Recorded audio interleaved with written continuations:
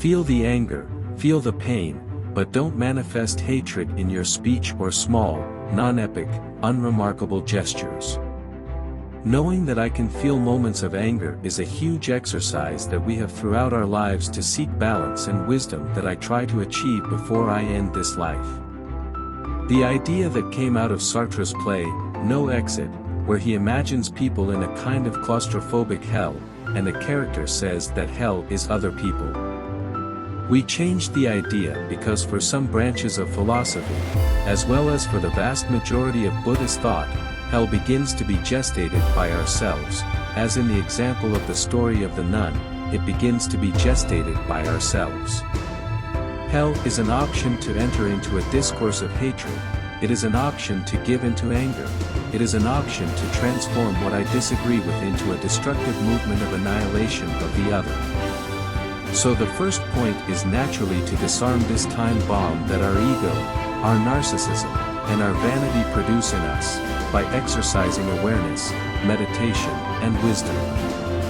This is a question that, having read and studied various Buddhist sources, many philosophers, and various schools that approach Buddhism, such as Stoicism, slowly becomes an exercise in personal domestication of an illusion of the self that will cling to my consciousness, and I have to free myself from it by freeing myself from that vanity, freeing myself from anger, freeing myself from small things that I try to follow. As Amin Maalouf said, not to write a swear word because it contains an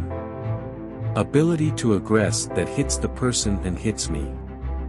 As I said, quoting a monk I met in Vajrayana, China, when I throw a hot coal full of anger at someone, perhaps I hit the person with my incandescent word that burns, but in 100% of cases, I burn my own hand. So the problem is not only to be understanding of others, not out of external charity or compassion, but out of internal education that puts on my path, as a Jainist religious man in India taught me, difficult people so that I gain karma, and some people burn karma in the third degree quickly and intensely.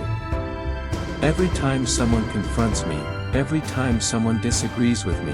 they are suggesting that I step out of my comfort zone, suggesting that my vanity does not dominate me, showing that I am limited in relation to the universe, inviting me to grow. Every time someone agrees entirely with me, praises me, and thinks everything I say is great, that person is favoring my narcissism, hindering me from believing that consciousness is all I want, what I believe, what I know. If I am a conscious, autonomous person,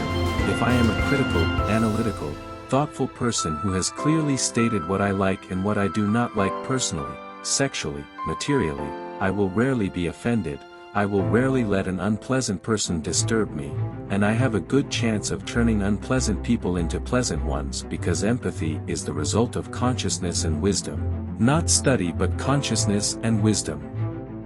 Empathy is the key not only for the other to be well but also for me to be well, and to be well, I need to offer the other the certainty that my peace, my stability, my inner harmony belongs exclusively to me, and no one can take it away from me because what is my consciousness is the only value that I will never lose.